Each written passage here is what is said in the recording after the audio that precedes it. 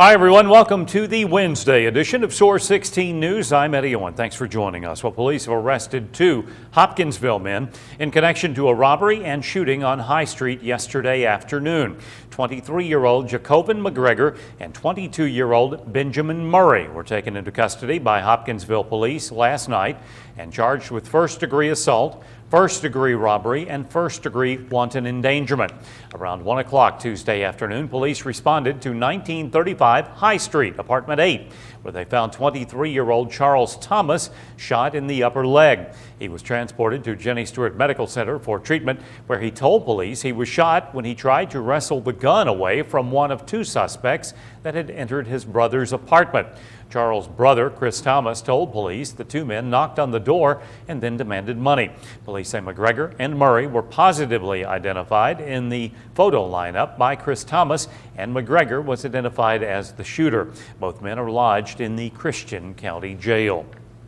A Hopkinsville man accused of murder entered a not guilty plea today during his arraignment in Christian County Circuit Court. Judge John Atkins then scheduled a June 29th pretrial conference for 44-year-old Tremel Smith, who is charged with murder, kidnapping, first-degree robbery, tampering with physical evidence, and knowingly receiving stolen property worth over $500. Atkins also denied a motion to reduce his $1 million bond to $250,000.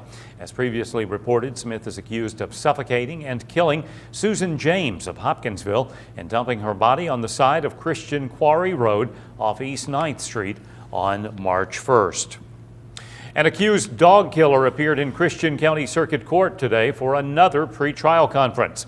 Fort Campbell soldier Mark Staley of Denzel Drive had his case continued until Wednesday, July 6th. According to Judge John Atkins, he postponed the soldier's case so that Staley could be evaluated at the Kentucky Correctional Psychiatric Center located in LaGrange. Staley is charged with one count of torturing a dog with serious physical injury and death. As we reported previously, the 20-year military veteran is accused of butchering his wife's dog just days after Christmas. According to his indictment on December 27, 2010, Staley's wife Ismelda told police that her husband skinned her dog and then reportedly gave it to her in a bag. The 42-year-old soldier is currently housed in the Christian County Jail on a $1,000 bond. Disaster preparedness and getting community support were the main topics discussed this afternoon during a Pennyrile Regional Citizens Council meeting. Officials shared ideas and concerns about regional earthquake preparedness and how to get area residents involved in the planning process.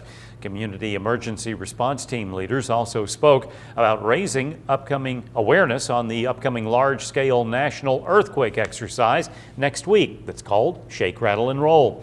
Guest speaker for today's meeting was Deputy Executive Director of the Kentucky Office of Homeland Security, Aaron Horner. Instant communication. We forget what it was like 20 years ago. We didn't have these devices.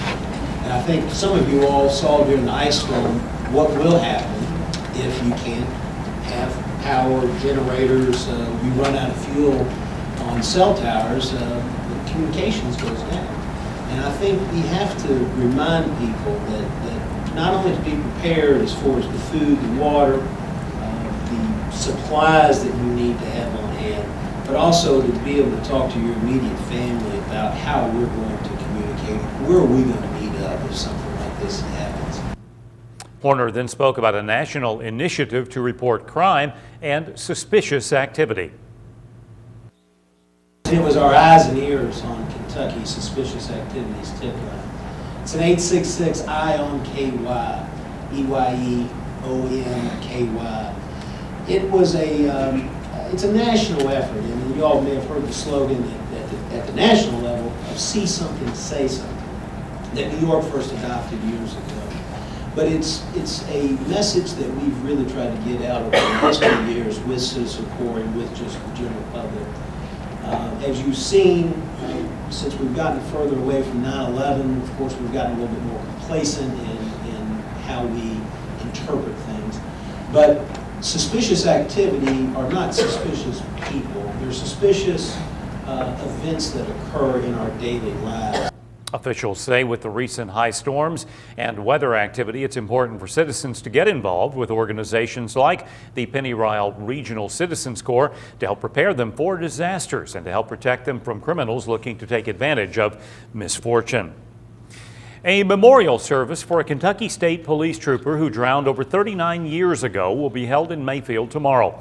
On April 8, 1972, Kentucky State Police say 37-year-old trooper James McNeely drowned during a rescue mission on the Kentucky River in Franklin County. Police say his body was never located. At the time of his death, Trooper McNeely was assigned to the Kentucky State Police headquarters in Frankfort. But he was a native of Wingo in Graves County, where a portion of Highway 339 is named in his memory. The memorial service will be held at 1 o'clock tomorrow afternoon at the Mayfield Memorial Gardens on Highway 45 South in Mayfield. Meanwhile, a Fulton County sheriff was among 24 fallen law enforcement officers who were recognized and honored by Governor Steve Beshear this week. In April 1925, Fulton County Sheriff James West was reportedly shot and killed as he and the county jailer attempted to arrest a man who had been making threats to neighbors. As the officers walked across the man's porch, the man opened fire, striking Sheriff West in the head. He had served as sheriff for 4 years.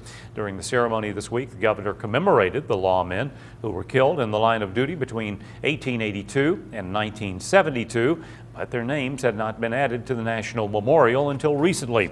The criterion for having a name placed on the Kentucky Law Enforcement Memorial is that it also be on the National Law Enforcement Memorial. Well, due to recent rain events, the Hopkinsville Surface and Stormwater Utility is asking Hopkinsville residents to notify them of any log jams along the north and south forks of Little River. Now, if you have any information regarding log jams, please contact the utility at 270-887-4035. Christian County Board of Education will hold a special called meeting in about an hour. The meeting is for board members to discuss the law enforcement agreement for 2011-12, as well as discussion to remove the communications and community education director from the salary schedule. And we'll have details of that meeting coming up on Source16 News at 10 o'clock. May is National Motorcycle Awareness Month, and law enforcement in Kentucky is asking motorists to be aware of increased motorcycle traffic on the roadways. Kentucky State Police has also announced plans for the 4th annual Motorcycle Safety Day event that will be held June 21st at KSP headquarters in Frankfort. The full day of activities includes motorcycle safety exhibits, vendor displays, a free safety seminar, news conference, and motorcycle ride. Now, in addition, Governor Steve Beshear yesterday proclaimed May as Motorcycle Awareness Month in the Commonwealth, noting that about 250,000 Kentuckians have valid motorcycle licenses and permits. In Kentucky last year, state police report there were 1,881 motorcycle crashes, which resulted in 8 deaths. Now, for more information on motorcycle safety, visit Kentucky Motorcycle Education and Safety.ky.gov/. Farmers who suffered losses of livestock due to the recent storms and flooding may be eligible for reimbursement from the U.S. Department of Agriculture. Kentucky Department of Agriculture Commissioner Richie Farmer says farmers have 30 days after the livestock loss was apparent to submit a notice of loss with their local farm service agency. That's the first step toward applying for partial reimbursement under the Livestock Indemnity Program. Now, to find out what documentation is required and for more information, call the Kentucky FSA office 859-224-7601 or visit your local farm service agency. A 26-year-old Hopkinsville woman is facing a drug trafficking charge after she was arrested on a warrant last night. Hopkinsville police arrested 26-year-old Angela Sutton on the strength of an arrest warrant signed by Judge John Atkins March 22nd. Sutton is charged with 2 counts of first-degree trafficking in a controlled substance, cocaine. She is lodged in the Christian County Jail. Well, now it's time for Hopkinsville Christian County Crime Stoppers Coordinator, Officer Paul Ray, with the featured fugitives of the week. This week, Hopkinsville police need your help locating 2 wanted fugitives. Police are looking for 39-year-old Idella Thompson Staten, who's wanted for probation violation. Staten is a black female who stands 5 feet, 4 inches tall and weighs 170 pounds. Her last known address was the 100 block of South Fowler Avenue. Police are also looking for 29-year-old Marcus Irvin Howard, who's wanted for probation violation. Howard is a black male who stands 6 feet, 2 inches tall and weighs 150 pounds.